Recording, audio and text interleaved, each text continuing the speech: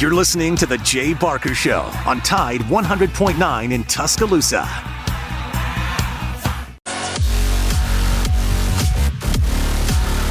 It is on a Wednesday as we approach the UTC weekend for Auburn. It's New Mexico State. I want to talk some Auburn. We'll do that with Terry Henley a little later in this hour. And then next hour, Rich Rodriguez, head coach of Jacksonville State, who's had a remarkable year, and will finish off their home record this weekend against La Tech. So if you've never heard Rich Rodriguez, all I can tell you is just please tune in. It is informative, but I think equal to being entertaining as well. So all that being said, Lars, we got a new playoff standings out. Not a lot of change there. How's your day so far? I've been going great. Had a wonderful evening last night on campus with the students, and so I was driving home. I heard that the college football playoff rankings had been released last night. No big surprises, as you mentioned. Georgia, number one, jumped Ohio State, so new number one in Georgia. Ohio State is 2, Michigan 3, Florida State 4, Washington 5, Oregon 6, Texas 7, Alabama 8. And if you dig into this, there's some concerning things if you're an Alabama fan. Matt, do you agree? Yeah, absolutely. Alabama obviously not in control of their own destiny. They have to depend on a few things to happen to the 7 teams in front of them. The closer we get, Lars, the more skittish I become, because this path, there is a path, Lars, but it's not real clear. I mean, if we just go through it, Ohio State, Michigan, they're going to play, right? Yep. Does the loser of that game drop, below Alabama? There's probably justification in that. There's a case to be made. There's a case to be said that the loser, if it's a close game, will not drop below Alabama, because that loss, especially if you're Michigan, and I know it's all things being equal here. We're not talking about the sign stealing stuff, but if Michigan loses a close game, I think you'd be hard pressed to drop Michigan below Alabama. But we'll have to wait and see. But I think almost more concerning is the fact that Oregon is with a one-loss Oregon team remains above Alabama.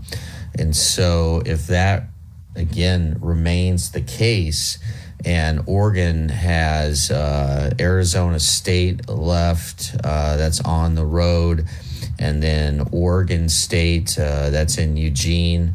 Oregon State is a vastly improved team from the last few years, and that's a huge rivalry game. And you never know what can happen there. And then they have the Pac-12 championship game. Presumably it'll be against Washington.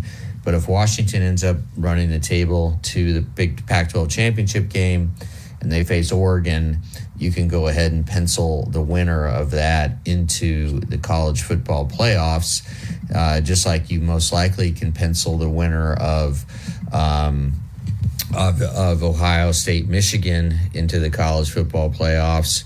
And if Florida State ends up winning out, I think you can pencil them in. And then it will come down to do you take Texas over Alabama? If Texas ends up winning out, does Michigan, if they lose, do they fall below Alabama? And I know there's still a lot of football to be played, but Alabama's not in the greatest position right now, Matt. And it is in Alabama's benefit, definitely, that Georgia has now ascended to number one, because, presumably if Alabama were to beat Georgia in the SEC championship game, that, although it's technically a neutral site, we all know that that's a Georgia home game over there in Atlanta. And that victory will look really good on the resume. But will that be enough to catapult Alabama over Texas? And, if you use the eye test right now, I would say on a neutral field that Alabama would be favored over Texas. But Texas. But the thing is, what trumps the eye test is the actual result on the field. And the fact is, as we all know, Texas went into Bryant-Denny and beat Alabama by double digits. And that's a hard thing to overcome. Let me ask you a couple questions about Texas, because everybody immediately points to the facts you just gave us. They won at Bryant-Denny in Tuscaloosa, and they won by double digits, as close to single digits as you possibly can, because it was 10. But if that game had been played in Austin and same result, 10-point, would Alabama be ahead of Texas right now? Because they seem to be putting a lot of emphasis on the fact that Alabama lost at home. Yeah, I do think Texas would still be ahead of Alabama right now. But here's the thing about Texas. What if it had just been 9? Yeah, it's still. I mean, I think if it was 1, if Texas won by 1 point at the on the last play of the game, I mean, a victory is a victory is a victory on the road and in one of the most hostile environments in the country. I mean, you can't overlook that.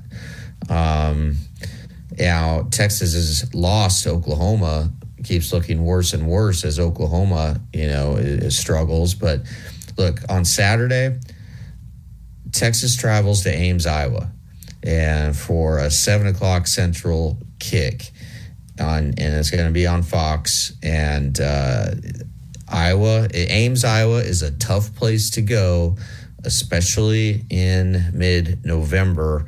And we have seen Iowa State help out Alabama in the past. See year 2011 when Iowa State pulled off one of the biggest upsets of the year over Oklahoma State. And so this is the game to keep an eye on. And then also Texas's final home game, regular season game is against Texas Tech. Again, a rival. Texas Tech is not a world beater this year, but you never know. But I'm looking at this game on Saturday night as a one in which Texas could be had. I don't really see it. I mean, I know the history here, and yes, let's remember 2011, but I really just don't see that happening. Ewers back full strength now, is he not? I think that makes a big. Well, Texas he's back. Texas is not mediocre. They're a good team without Quinn Ewers. But they are a really, really good team with him. So I don't know if I put a lot of stock in Iowa State pulling off the upset, but we will once see. As I was watching and tuning in, reading about the rankings that came out last night, Alabama has the toughest schedule in all of college football. I saw a little 1 next to the side of the Crimson Tide's name there. So I guess it pays, they pay attention to that, but it doesn't appear a lot because, teams like Michigan and Georgia have like 50 and 54 and 64 as far as the toughest rankings are concerned. So that to me right now isn't weighing very heavily for Alabama. No, not yet, but you never know. And man, I go back to Iowa State. Like, this is a team that's not. They started the year slow, but they beat BYU last week, 45-13. They got throttled by Oklahoma earlier in the year. 50-20. They beat TCU. I think they've won 5 of their last 7, but I don't know. I'm not giving up on the Cyclones here because again, I've been to Ames, Iowa on cold, windy nights in the Midwest, and you're playing against a Texas team that doesn't necessarily like the cold. We'll see. It's 7.5 point favorite for Texas. That actually seems a little low to me for a 6-4 team. They are 5-10, 5-2 in the Big 12. Yeah. So we'll see how that works out. And one thing they beat Oklahoma State earlier this year. the one card here, and we won't know till the very end of the season. And I mean, post championship game is if Alabama can beat Georgia, then it just goes to show you, or they win the toughest conference in the league in the SEC, and then they have the top most difficult schedule. I don't know. Is the SEC make it in? Is the SEC the best conference this year? Yeah, I'd say they match the pack. I think it's not the top 2 or 3. I think it's when you get deeper. Yeah, that the SEC really continues to be the strongest of the leagues. But more to talk about with that. Let's remind you, Terry Hanley will be talking Auburn. Boy, Lars, there is a lot being written about the pick six. Have you noticed that? A lot is written since it's the 10-year anniversary. So kick Terry six. Hanley will the kick six. What I say, the pick it is the kick, the kick six, which was I don't know. Some are saying it was the most extraordinary play in the history of college football. I think it was. I don't know if in the history of the game, though, it's pretty big. It was a massive turnaround. There's no question. Not anybody in that stadium or watching was really anticipating that. But man, was it a play. You're listening to Big Noon Sports. It's Matt, Lars. Noah's at the control. We'll be back with more. Got Rich Rodriguez coming up in the second hour, and then Terry Henley's up in about 10 minutes. Hang with us. If you're a homeowner or business. Tide 100.9 Tuscaloosa weather. Coastal low is pushing in our direction, and checking out radar, we are starting to see some scattered rain trying to sneak our way. Maybe a passing shower through the afternoon time, but the better chances for rain starting to roll in as the night goes on, lasting through parts of our Wednesday too. Today's high 70 and the overnight low 50s, and then much cooler for tomorrow with a gusty northeasterly wind, the high upper 50s. More chances for scattered rain Wednesday night and Thursday morning. I'm meteorologist Jennifer Naramore on Tide 100.9. It's 60 degrees in Tuscaloosa. The best sports talk in Alabama. This is Big Noon Sports.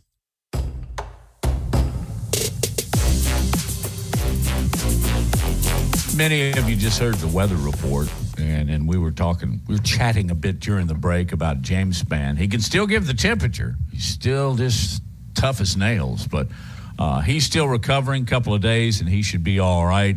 We are all James Spann fans in so many ways. So prayers and thoughts continue. James Spann, he had a stomach issue just a night ago and had to have emergency surgery. But the pictures that he's posting on social media indicate that James Spann is recovering quickly, and I imagine more quickly than many were anticipating, because he's just a tough guy to be my age. So anyway, good luck and well wishes to James Spann.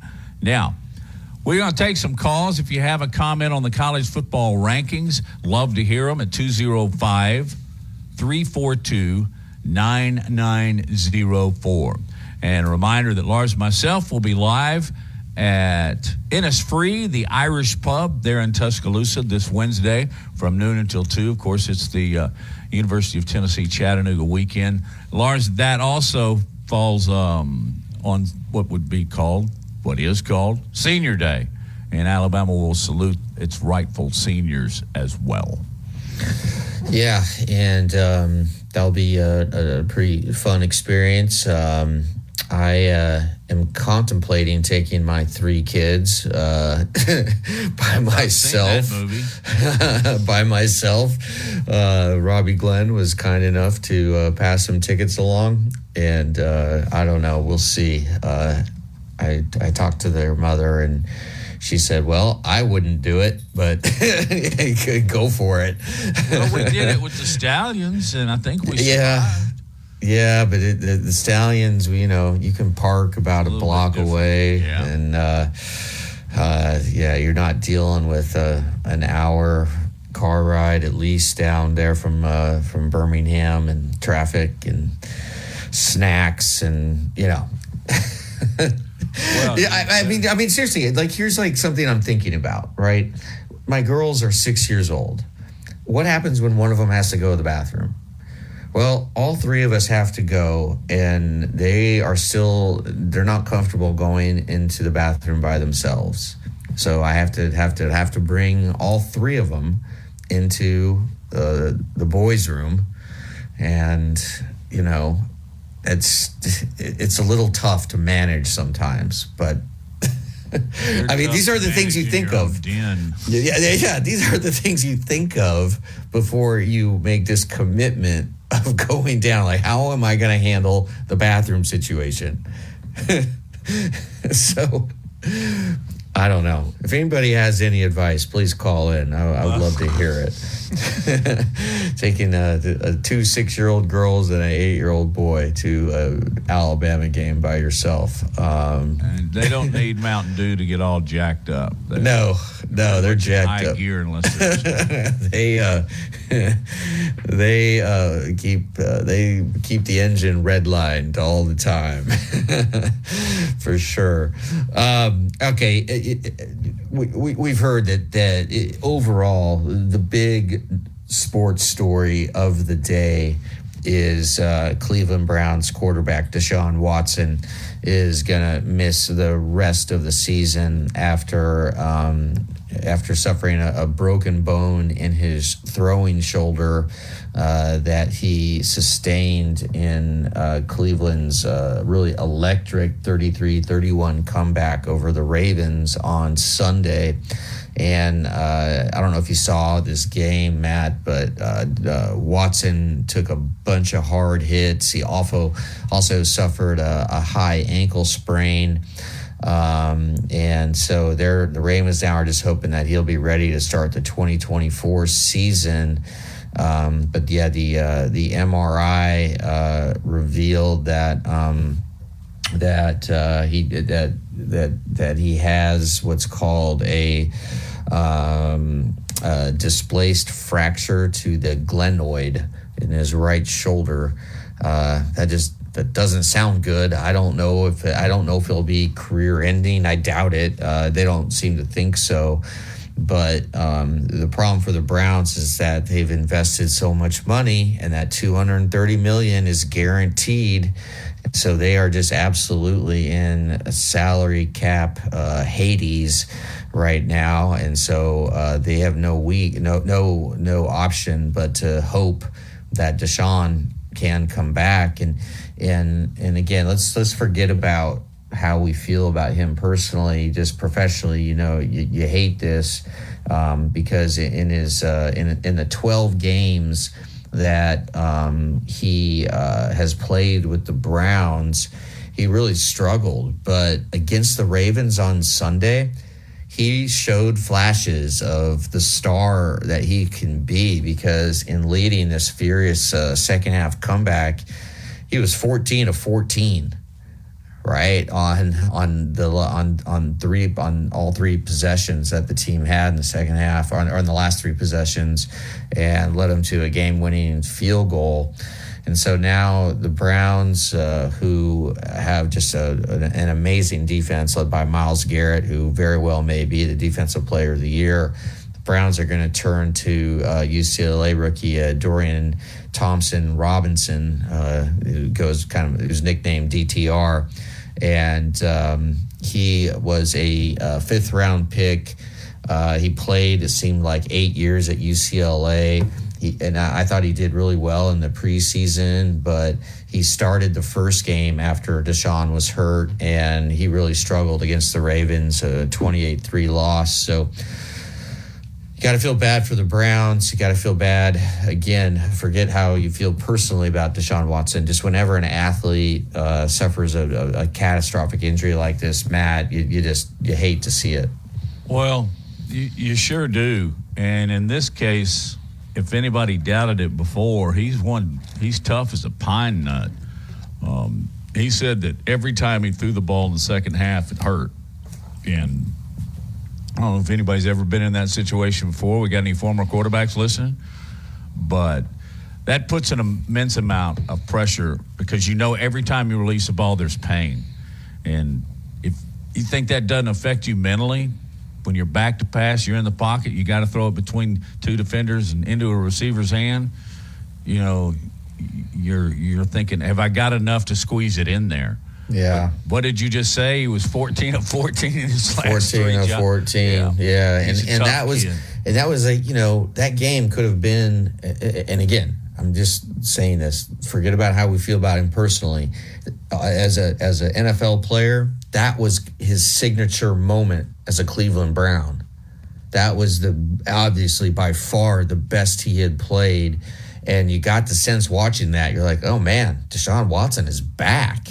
And if Deshaun Watson is back playing like he can, which is at a Pro Bowl level, this Cleveland team is really dangerous because their defense is as good as any defense in the NFL. And then for this to happen, it's tough. It's very much a Cleveland Brown thing. I don't know exactly how the cap works, but there's a little inset on an article I'm reading on ESPN about his remaining deal. He signed a 5-year, fully guaranteed $230 million deal with the Browns. The $230, I think most people are okay with, but the guarantee, the owners of the other teams just went up in arms. And since then, a deal like that has not been secured. No. But in his next year, 2024, his cash value is $46 million, but the cap hit is $63.9. So, Lars, that just means your ability to sign free agents, and I guess your income, your rookies are probably not going to hurt your salary cap as much. That's kind of an expected thing, but the cap hit is $64 million. That's huge. I mean, that's got to be about at least 20%. I don't know what the cap is going to be next year, but I'm guessing they may try to figure out a way to restructure that deal to smooth the cap hit out, lengthen it in years, or I don't know how you can do it. I mean, I'm no capologist and certainly horrible at math, but yeah, Cleveland just better hope that Deshaun can come back, and you wouldn't want to think that Cleveland season's over. I mean, Tom Brady came in and led New England to a Super Bowl victory, but again, Tom Brady was in his second year, not in his rookie season. But that's only happened once in history when a 6th-round quarterback who's in his second year leads a team to a Super Bowl. I don't know if a 5th-round rookie can do that for the Browns, much less win more than half of the rest of their games. You're listening to Big Noon Sports. Coming up, we'll talk with Terry Henley, former Auburn All-SEC running back, Player of the Year, and member of the Alabama Sports Hall of Fame. He is with us next on Big Noon Sports.